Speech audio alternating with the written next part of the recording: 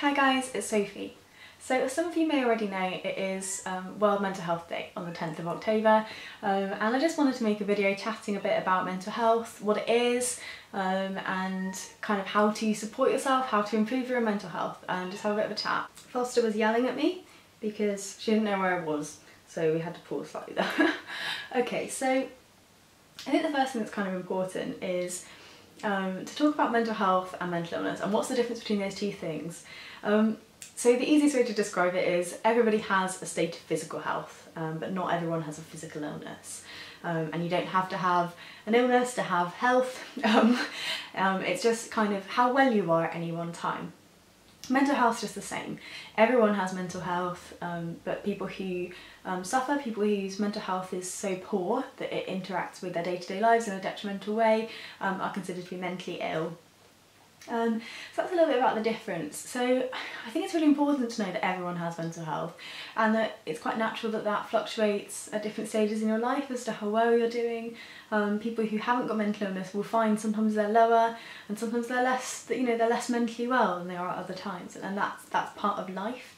So I thought we'd just chat today a little bit about the kind of things you can try and do to improve your mental health and ways to know if you might be struggling. So a big part of mental health is giving yourself a break sometimes, and that might mean that you sort of give yourself permission to do a few things that you really enjoy and spend some time doing things for you. It's also really important to sort of relate to friends and other people. A lot of mental illnesses draw people away from other people, and people who are having lower episodes of mental health can sometimes find that that's the tendency too. But I think bringing those around you in helps to kind of centre you and know who you're with. But it's not to say that you have to be kind of a party animal. I completely get that when people aren't doing so well, that can seem very difficult, but cups of tea and cake are much appreciated, and still really valuable if you're not doing so good. The other thing that's really important is keeping yourself in a somewhat physically stable state, so trying to eat fairly healthily and trying to sort of sustain your body physically, getting the right amount of sleep, trying not to be overtired, and all of those things that can contribute to low mood. And I think a lot of people find that exercise as well brings them a positive feeling and can help when things aren't going quite so well. Now, as you mentioned, that kind of isolation is often something you see when people aren't doing so well. I think the thing is, in terms of what to look out for and what to kind of try and be aware of, people have down days. People have days where they are not doing as well as they are normally, and that in itself is quite normal. People have really up days and days where they feel like they're on top of the world. People have days where they feel anything a little bit too much, and I think really what to be aware of is when that's not a single day, but that is kind of persisting for long periods of time. And it's important to remember that not all mental illness is just depression and anxiety, that there's lots of different ways that it manifests.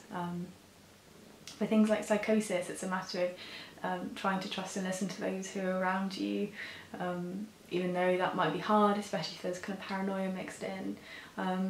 Manic depression or bipolar, being aware that those intensely high creative periods, positive as they are, can be incredibly damaging as well. So really I think it's understanding yourself to some extent as to what's going on day to day, and if there's something that is happening that I don't know what's happening or that it doesn't feel right, just keeping that time in your head of how long has this been happening for. And it's so important to reach out for help, to family, to friends, but I always think it's most important to reach out to a healthcare provider of some sort, and have someone who knows what they're talking about, have the chance to have a conversation with you. And your family and friends are going to do the bulk of the heavy work. But I think if people are worried that their down days are turning into down months, it's just really important to let a doctor know, so that they are aware and they're in the loop. It's exactly the same way as if you had a cough that was 3 months long, you might think, I should probably see someone about this. I think to a large extent it's about looking after yourself, just in the same way you would if you were physically unwell. And knowing when you can't look after yourself as well, that's important, and asking other people for help when you need it. But yeah, I just wanted to talk a little bit about mental health more widely today, and just kind of share some thoughts with you guys.